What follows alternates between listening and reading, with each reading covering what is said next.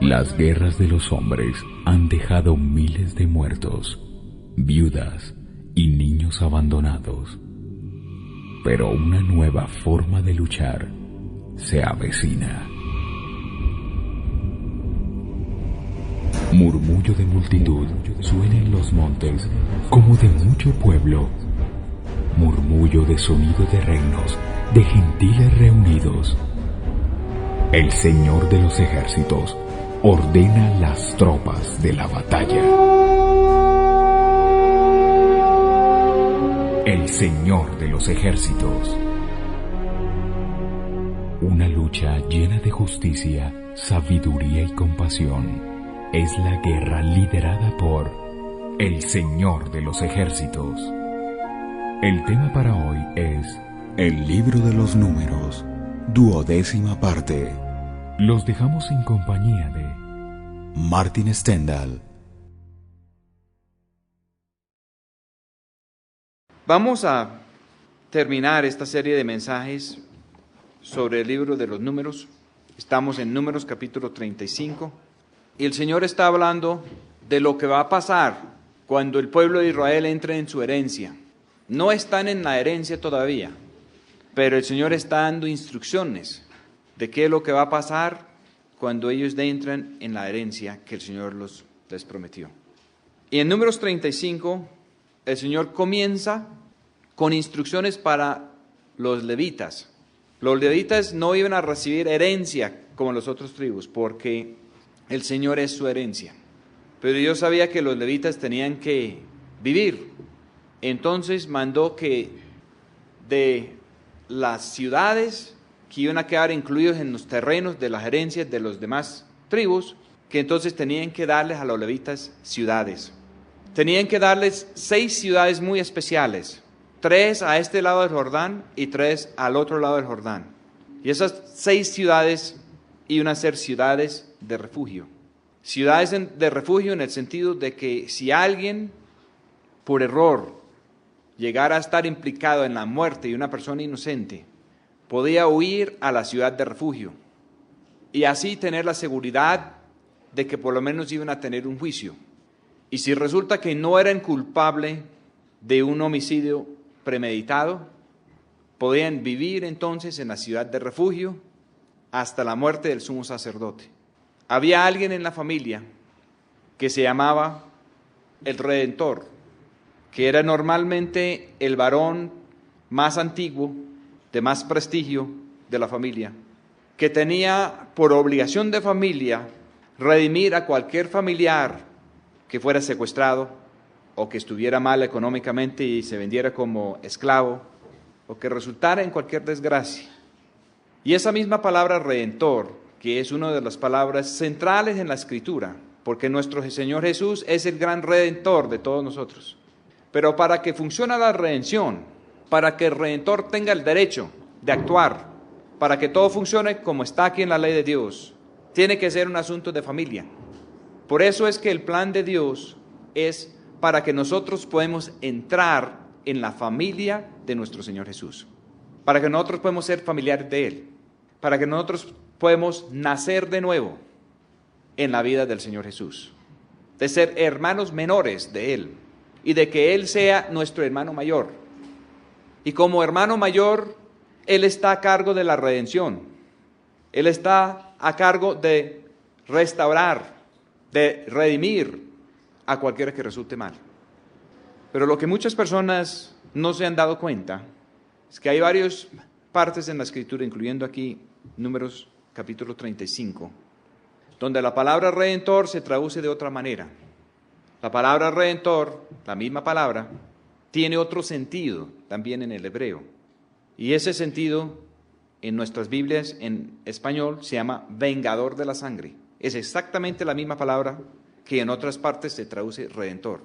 Y si alguien llegaba y conscientemente o inconscientemente matara a alguien de la familia, esta persona, que era el pariente de mayor responsabilidad de ellos, el que tenía la obligación de redimir, tenía también la obligación de matar al homicida. Dice la Escritura que no lo podía acechar, no podía armar una emboscada. Simplemente dice que cuando lo encontrare, que lo tenía que matar.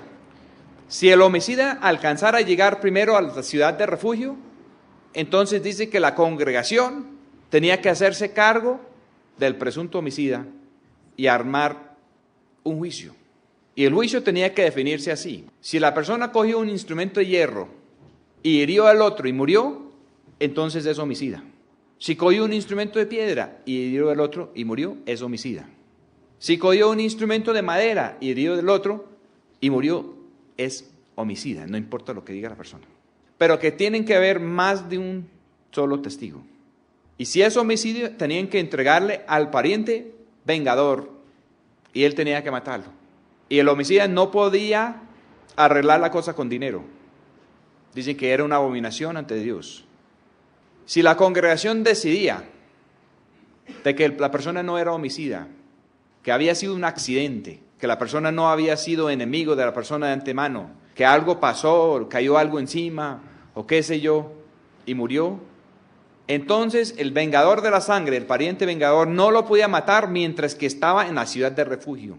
Pero si esa persona llegara a salir de la ciudad de refugio y se metiera otra vez en su posesión, el pariente vengador no es que lo podía matar, sino tenía la obligación de matarlo si lo llegara a ver. Y no era negociable. No podían negociar la cosa por plata, de que él pagara algo a esa familia para poder volver a su terreno. Tenía que estar en la ciudad de refugio hasta la muerte del sumo sacerdote. Y el tiempo del sumo sacerdote era de por vida. Y el Señor dice aquí que si ellos tuvieran cuidado con eso, la tierra no se iba a contaminarse, no se iba a ensuciar, no se iba a corromper, porque si la tierra se llegara a contaminarse con la sangre de inocentes sin juicio, entonces la profecía es que la misma tierra iba a echar a sus habitantes, no iban a poder vivir ahí en paz, la cosa se iba a revolcar. Pregunto, ¿cuántas muertes inocentes hemos sufrido aquí en Colombia? ¿Cuántas veces alguien ha matado a alguien y ha arreglado la cosa con plata para poder seguir como si nada? ¿Cuántas veces han matado a alguien y han juzgado a un inocente para pagar la condena? Etcétera, etcétera, etcétera. En el sistema que pone Dios, la responsabilidad para el juicio está en cada familia y está en la congregación, no está en el gobierno. Es muy diferente a los sistemas que tenemos hoy en día. Es un sistema que es solamente un ejemplo y una sombra de lo que la Biblia dice que va a pasar cuando vuelve nuestro Señor Jesús. Dice que el regreso de Él va a ser para muchos la redención que anhelamos. En el Evangelio dice que debemos de no preocuparnos cuando las cosas se ponen mal, porque es una gran señal de que nuestra redención se acerca. Pero en la carta de Pablo a los tesalonicenses dice que hay un hombre de pecado que cuando llega el Señor, con la sola presencia de su llegada, lo acaba. Y el mismo Señor Jesús, que es el Redentor de sus hermanos, es también el vengador. Y la Escritura dice que nosotros no podemos tomar venganza por nuestra cuenta si estamos bajo el gobierno de nuestro Señor Jesús, que la venganza es de Él. Y aquí en la ley dice que la venganza no se hace en cualquier momento, ni se hace a propósito. Simplemente, si Él se encuentra la persona que no es, hasta ahí llegó esa persona.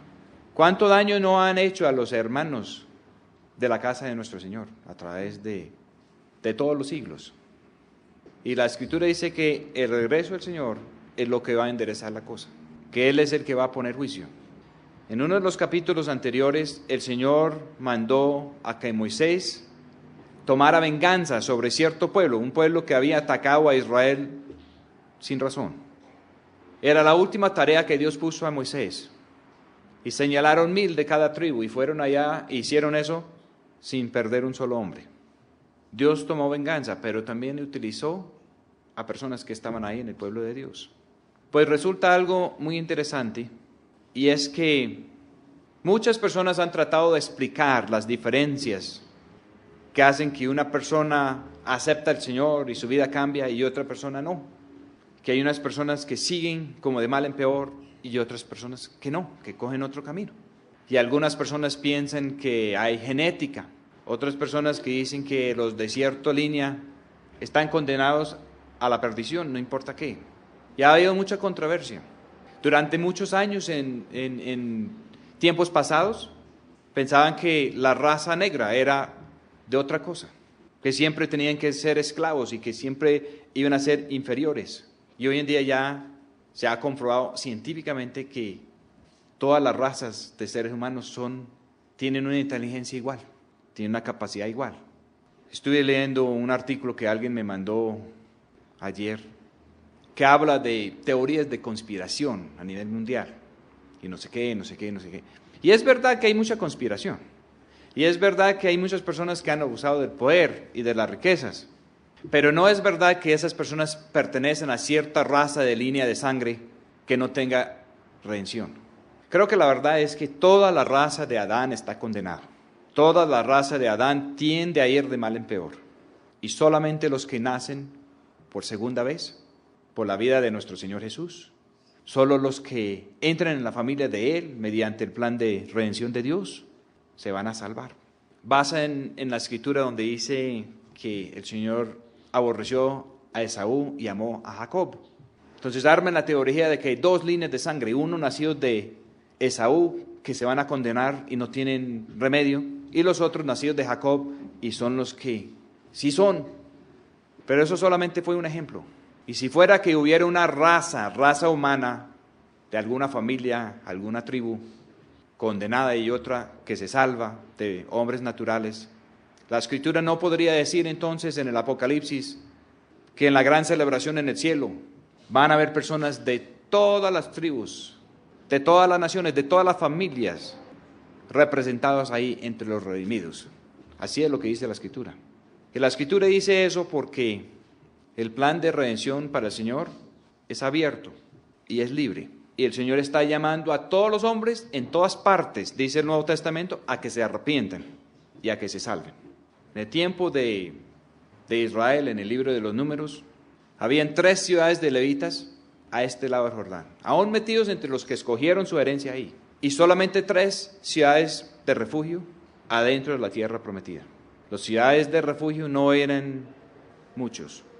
Y cualquiera que llegara a tener un problema así, tendría que pegar una carrera larga para llegar hasta la ciudad de refugio. La Escritura insinúa y culpa a la raza de Adán de muchas cosas. El primer dictamen de Dios es que los hombres tenían corazón solamente para hacer el mal todo el tiempo. Eso es lo que dice temprano en el Génesis. Y el juicio del Señor era acabar con la raza humana. Y creo que ese juicio no se ha cambiado. Solamente que el Señor decidió implementar tiempo para ver si las personas que nacen de raza de Adán desean abrazar la solución que Él presenta. Esaú es símbolo del que nace primero. Adán nació primero. El Señor Jesucristo es descrito como el segundo Adán. Y la simbología es que no es en el primer nacimiento que nos vamos a salvar, es en el segundo nacimiento. Y el Señor lo dijo claramente a Nicodemo, que aun siendo enseñador de Israel, doctor de leyes, el Señor le dijo que de nada le iba a servir, que la única manera de salir adelante era nacer de nuevo, y Nicodemo no entendió. Jacob es ejemplo del que nace segundo. Los dos venían en un solo parto. El uno nació primero y el otro segundo. Y el uno nació agarrado del otro. Y el hombre por nacer por segunda vez no es que está hecho con solo hacer eso. Se requiere después una formación y una disciplina como hijo de Dios. Y Jacob tuvo el deseo de tener la bendición de Dios. Esaú no lo tuvo. Sin embargo, Dios tuvo tratos con Esaú.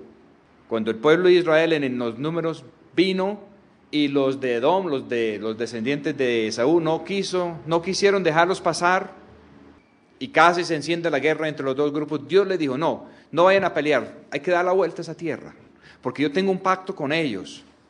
Y más o menos Dios les dio a entender de que los de Edom no iban muy bien con Dios, pero tampoco estaban en el mismo problema que los de Canaán, que estaban totalmente rebelados contra Dios.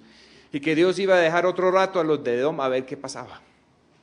Porque la venida del Señor fue para que nadie se perdiera, sino para que todos se arrepintieran y alcanzaran la vida. Es verdad que algunos se pierden, Pero no es el deseo de Dios de que nadie se pierda. El deseo de Dios es que todos se salven.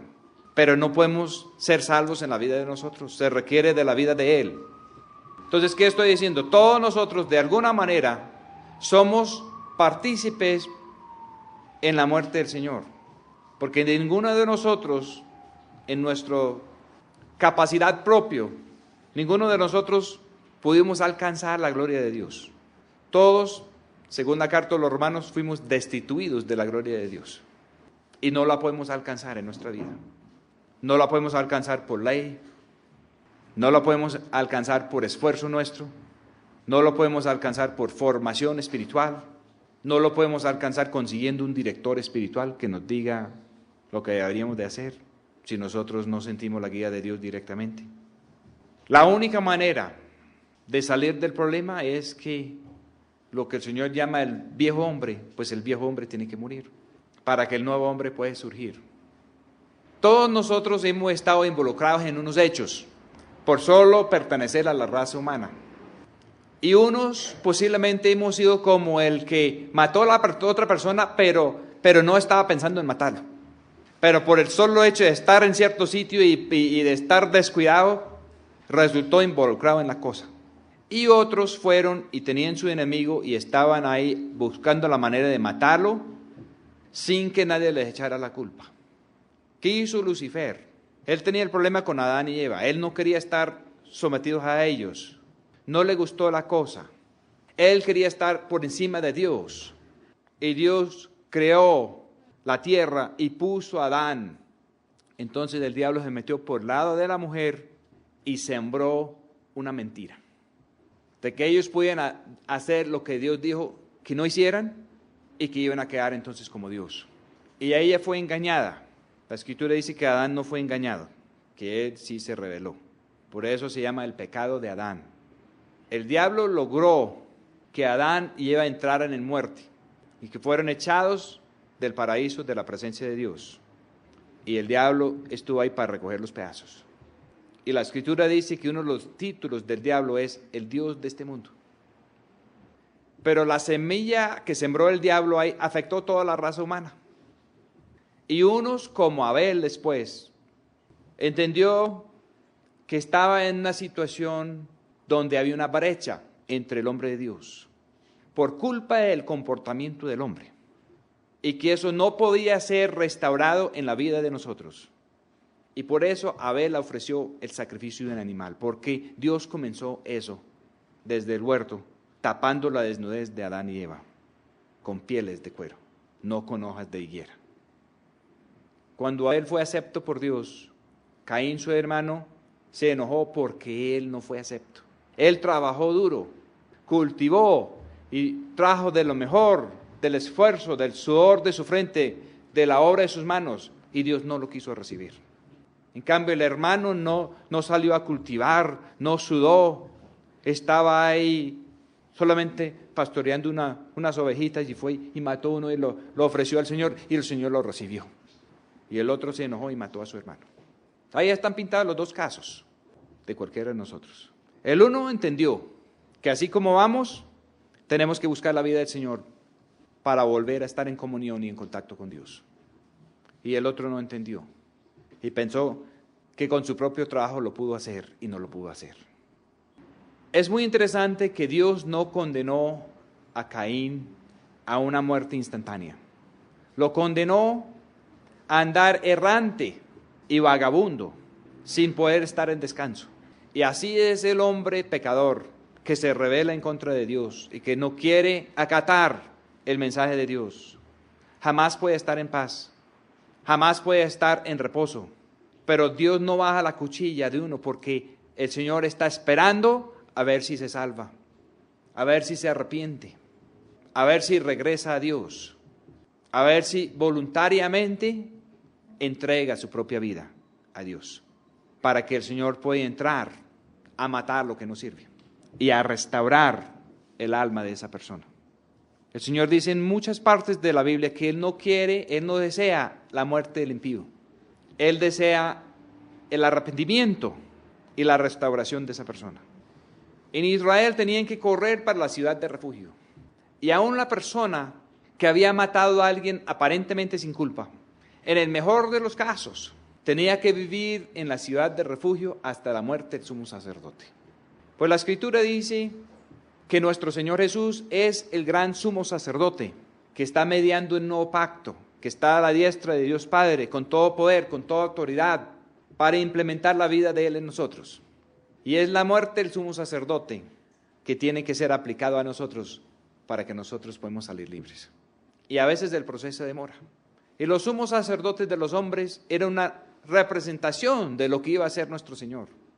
Y aquí en la ley dicen que tenían que estar ahí hasta la muerte del sumo sacerdote, de simbolizar de que hay algo en nosotros que Dios quiere tratar. Él quiere que algo que hay en nosotros muera, para que Él pueda entrar y obrar. Si nosotros estamos tratando de decidir todavía entre el bien y el mal, hasta que eso no muera, nosotros no podemos estar libres. Nosotros no podemos salir de la culpa. Y muchas veces el Señor nos ofrece un tratamiento bajo buenas circunstancias. Los levitas eran los que pertenecían a Dios por derecho. Los otros eran pueblo de Dios, pero los levitas tenían una situación especial.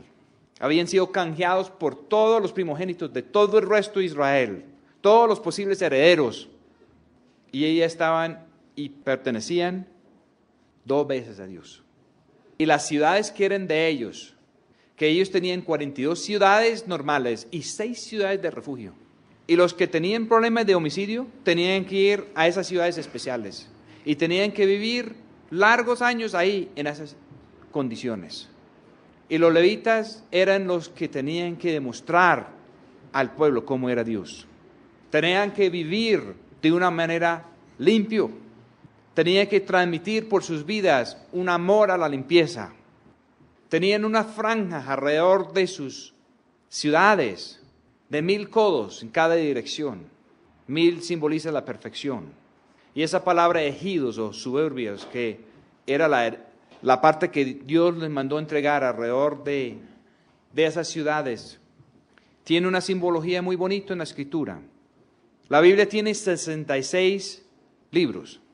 El candelabro del lugar santo, que simboliza la palabra de Dios, tiene 66 piezas de oro martillados y unidos en uno solo, para producir la luz. Y en esa luz era que comían las cosas santas y sagradas de Dios.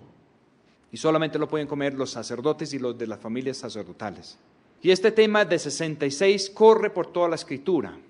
Isaías, que es un libro profético que contiene bosquejos de toda la Biblia, curiosamente tiene 66 capítulos. El Salmo 66 es muy interesante. Y si nosotros contabilizamos esta palabra que en esta Biblia está traducido ejidos, que es lo que fue entregado por herencia a los levitas cuando los levitas oficialmente no tenían herencia, porque el Señor era y es su herencia. Esta palabra ejidos ocurre en exactamente 66 versículos. Y en la tipología, en el ejemplo de la Escritura, es un símbolo de que eran unas personas especiales y el Señor les entregó la palabra de Dios para que lo administraran, para que lo enseñaran, para que lo vivieran de una manera ejemplar. Isaías en el capítulo 40 dice, y Pedro lo cita en el Nuevo Testamento, que la palabra de Dios brota, no sabemos cómo. Primero la hoja, luego la flor y después el grano o el fruto.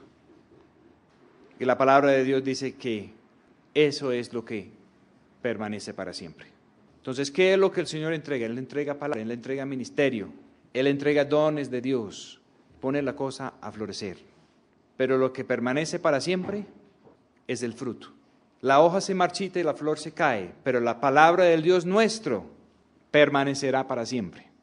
Entonces los levitas eran los encargados de suministrar la palabra. La palabra traducido como hoja o como pasto verde en la Escritura también ocurre en 66 versículos. Y así está el ejemplo. El Señor quiere hacer un tratamiento en nosotros antes de que nosotros vamos a estar listos para recibir la herencia que Él nos tiene. Y Él tiene que acabar con el problema inicial, que el problema inicial tuvo que ver con mentiras y con homicidio. El diablo padre de mentiras y es homicida desde un comienzo. Sí es verdad que hay una semilla de la serpiente, pero no es que todos los descendientes de Caín son malos y nunca se pueden salvar y que solamente los descendientes de Set entonces serían entonces los buenos. No, toda la raza humana está infectada y solamente los que se acojan al plan de redención del Señor se van a salvar. No es que la raza de Adón se condena y la raza de Jacob se salva, no. Muchas personas descendidos genéticamente de Jacob han tenido terribles problemas en la historia de Dios. Dios tuvo que desterrar al pueblo escogido de los judíos varias veces de su tierra por el comportamiento de ellos. Y el hecho de ser de la raza genética no los salvó, ni siquiera en esa época, y mucho menos ahora. La Escritura dice que el que es verdaderamente un judío es el que está circuncidado por dentro en el corazón. Y esa circuncisión, el Nuevo Testamento dice que es la circuncisión de Cristo. Cuando Él entra y corta el control del hombre viejo y pone el Espíritu de Dios a mandar. El libro de los Números termina muy interesante, de una manera muy interesante. Recuerden que el libro de los Números no es una ciencia de números. El libro de los Números es la manera de Dios de hacer las cuentas, que Él hace sus cuentas de otra manera. No contabiliza las cosas como nosotros. Entonces, en la ley aparentemente la herencia era para los hombres y las mujeres aparentemente no tenían herencia. Y eso viene desde los antiguos, excepto que hubo un problema. Había un señor Zelofhad y él no tuvo sino hijas, no tuvo hijos.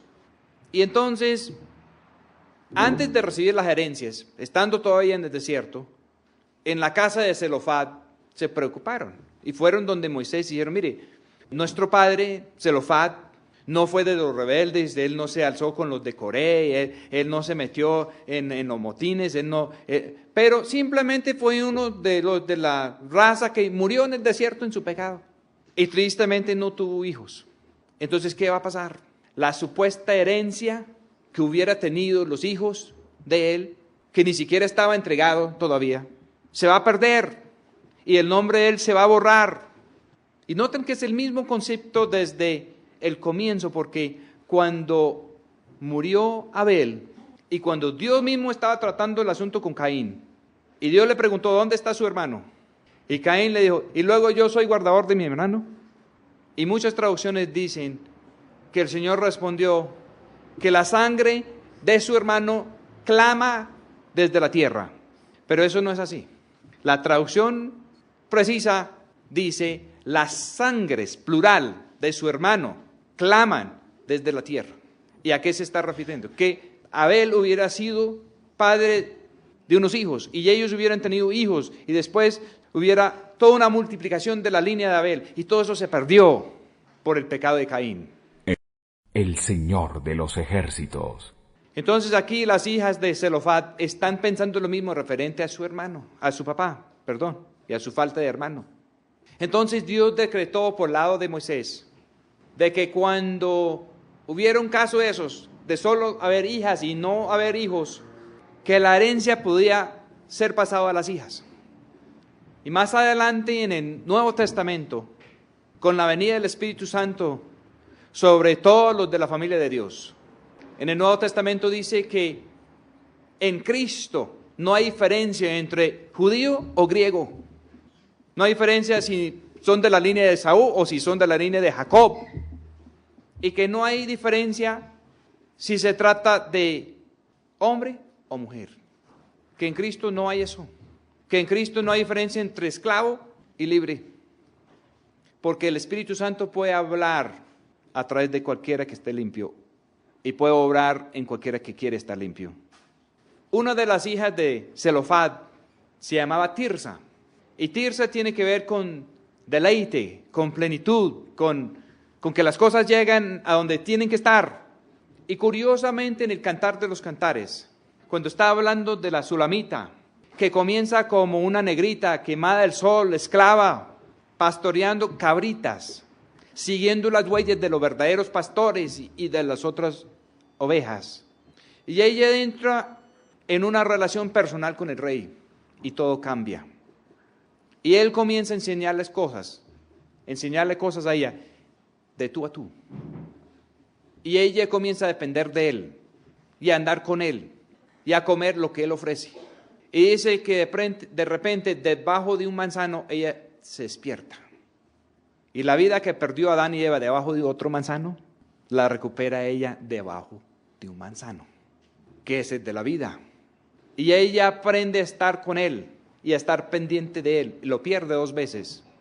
Y cada vez es para una odisea terrible. Y cuando la cosa está bien avanzada y termina que ella ya es realeza, ella ya es de la misma naturaleza de él. Ella ya es la amiga, la compañera, la esposa del rey. Ya la presencia y la palabra de ella tiene el mismo peso que si estuviera tratando con él, porque ella solamente vive para hacerlo de él. Y cuando ella recibe su herencia, es él. Y cuando él recibe su herencia, es ella. Y en medio de todo eso, en una de las descripciones que él da de ella, dice que es como Tirsa. Y Tirsa es una de las primeras mujeres en la historia que recibe herencia. Pero aquí el libro de los Números trata este punto, porque Tirsa representa a todos nosotros. La Sulamita representa a todos nosotros. Si vamos a ser parte de lo que el Señor está planeando, si vamos a ser parte de la esposa escogida, sin mancha, sin arruga, por la cual Él viene. Porque se pusieron a pensar, ¿qué tal si esta mujer o estas mujeres que recibieron la herencia, entonces se ponen a casarse con alguien que no es de la misma tribu?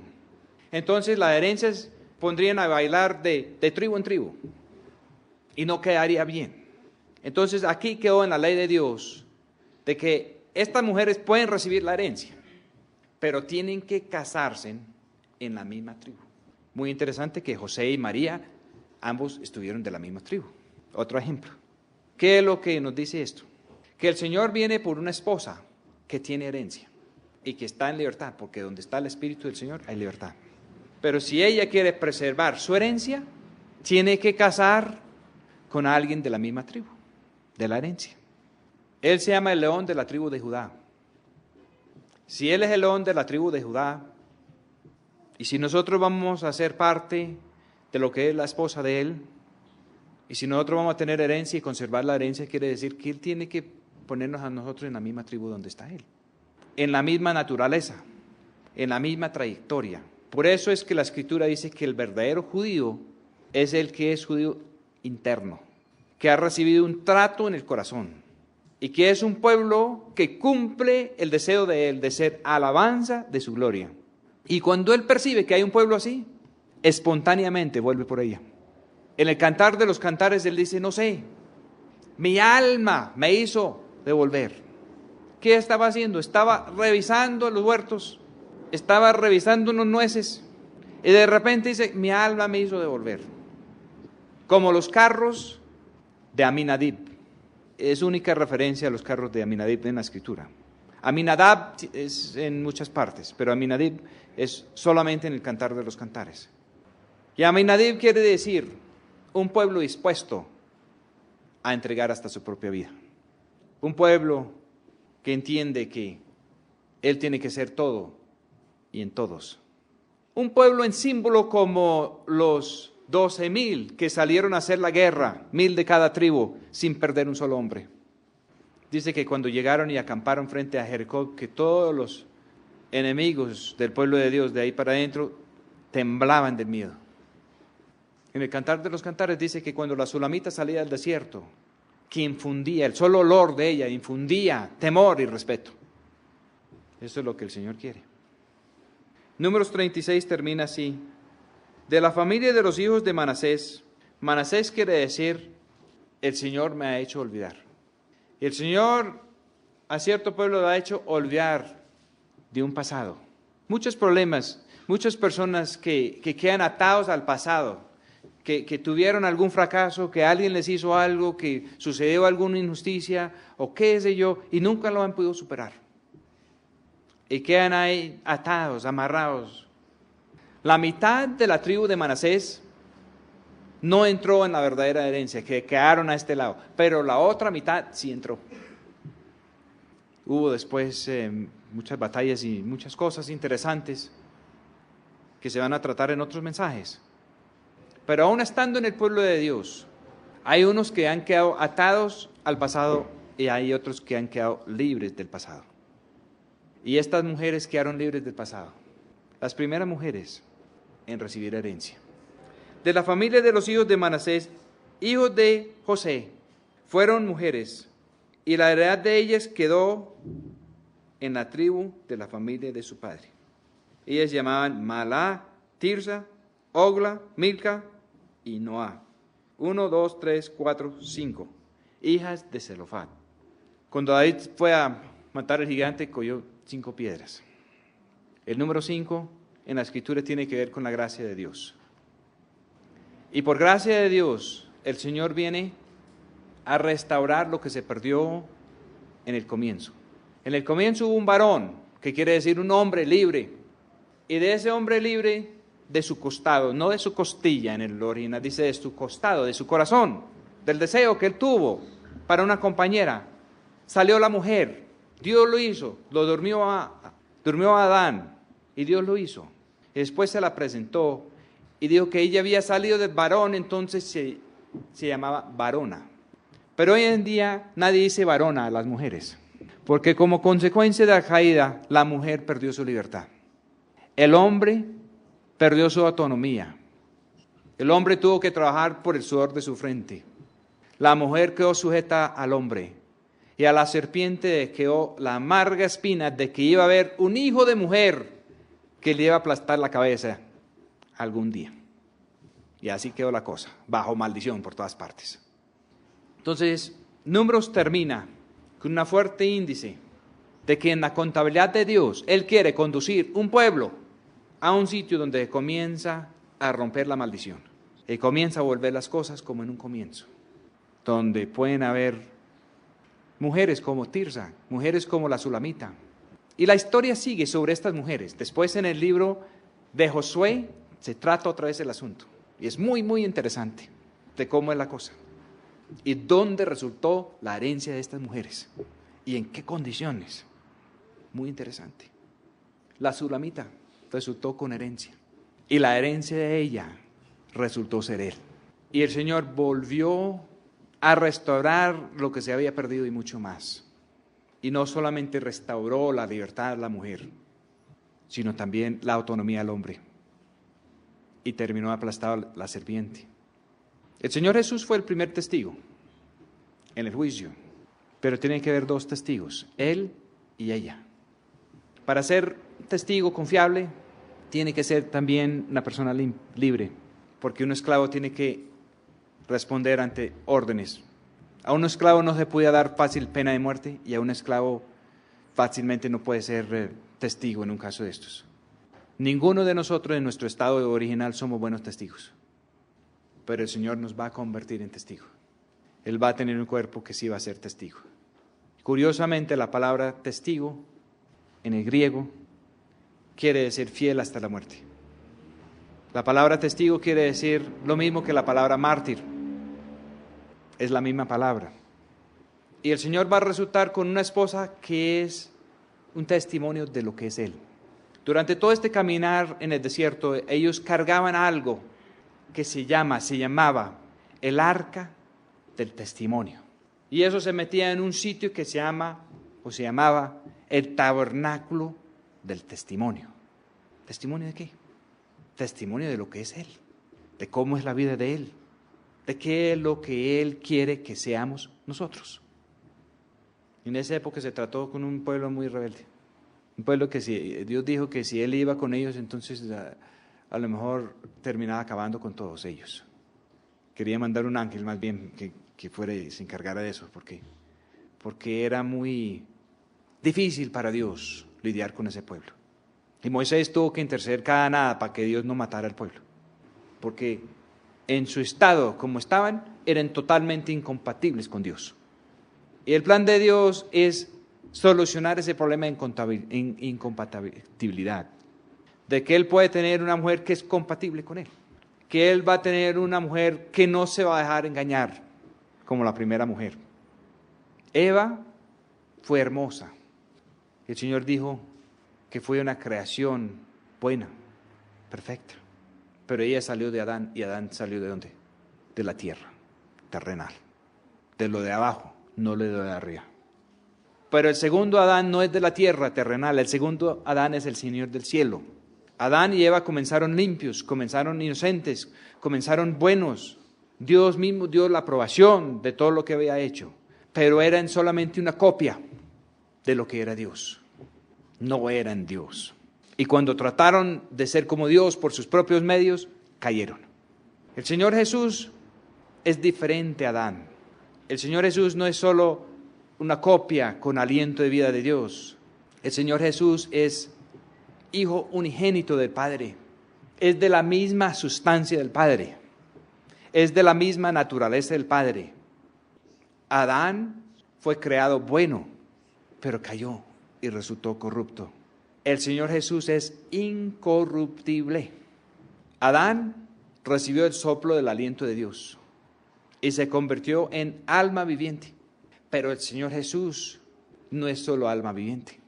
El Señor Jesús es espíritu vivificante. Después de que se enredó Eva en la red del diablo, Adán no la pudo redimir. Y seguramente él vaciló. ¿Qué hago? ¿Qué hago? Y se va con ella. Conscientemente se va con ella, porque la Escritura dice que él no fue engañado, sino que él se rebeló. El Señor lleva todo este tiempo preparando un pueblo que puede recibir la herencia. Una mujer, una esposa colectiva para su hijo, que no se va a dejar engañar más. ¿Por qué? Porque ella ha dejado la vida de ella para vivir la vida de él. Y así halló la verdadera herencia. Notan aquí que estas mujeres están en libertad. La Escritura dice, pueden casar con el que ellos quieran, como les parece. Pero si quieren la herencia, tiene que ser en ese tribu. Cuando el Señor nos pone en libertad, nos pone en libertad de verdad. Él quiere ponernos en libertad. Y después de que tiene un pueblo en libertad, Él puede escoger y nosotros podemos escoger. En el Cantar de los Cantares hay 60 reinas, hay 80 concubinas, hay vírgenes sin número, pero la que Él dice que es la paloma de Él es una sola. Dice, paloma mía, perfecta mía, es una sola. Para que eso se realice es una obra de la gracia de Dios. Pero nosotros podemos decidir si la gracia de Dios va a obrar en nosotros o no. Porque si la gracia de Dios va a obrar en nosotros, es también el poder de Dios para cambiarnos, para transformarnos, para salvarnos de nosotros mismos, para despertarnos. El Señor manda a traer a todos a la fiesta. A Él no le importa lo que éramos nosotros. Los que van para la fiesta de Él tienen que recibir la ropa de Él y comer la comida de Él. Y Él dijo que podemos traer mancos, rencos, podemos traer los que están en el camino, los que están fuera del camino. No solamente que los podemos traer, dice que hay que obligarlos a entrar. Si ponemos la cobertura de Él, si comemos la comida de Él, Él garantiza los resultados. Si insistimos en otra cobertura, si insistimos en otra comida, Él no puede garantizar los resultados. El único que lo ataron pies y manos y lo echaron fue el que no estaba en el traje de matrimonio. Lo asustó vestido de otra manera. Si nosotros dejamos que el Espíritu de Dios obra con nosotros, si nosotros dejamos que el Señor nos conduce, nos guía, que el Señor nos disciplina, si recibimos la comida que Él nos brinda, Él garantiza los resultados. Él nos puede poner donde Él quiera. David dijo que sería mejor ser el portero en la casa del Señor que estar adentro en la casa de los impíos, gozando de todo lo de ellos. La Sulamita no era nadie, pero el libro termina que cuando ella habla, hasta los compañeros de él escuchaban lo que ella decía. Y se fue un paso más. Él termina diciéndolo a ella, los compañeros escuchan su voz, házmela oír. Muchas personas han dedicado mucho tiempo de ver cómo pueden cumplir las profecías y las promesas que hay en el Evangelio de Juan, donde él dice que podemos pedir lo que quisiéramos y nos será concedido. Así es como termina el Cantar de los Cantares. Así es como termina la foto de estas 5 mujeres. Pidieron lo que quisieron y les fue concedido. Y el anhelo del Señor es tener un pueblo que puedes pedir según la voluntad de Él y que la petición será respondida por el Padre. Señor, pedimos por Colombia y por el mundo entero que se pueda cumplir, Señor, su voluntad. Que esta situación de gobiernos de hombres, de religión de hombres, puede ser cambiado por la verdad suya, Señor. Que pueda haber un pueblo suyo, Señor, que recibirá la herencia. Amén. Y serán míos, dijo el Señor de los ejércitos, en el día que yo tengo de hacer tesoro, y los perdonaré como el hombre que perdona a su hijo que le sirve, el Señor de los ejércitos. Hasta una próxima oportunidad.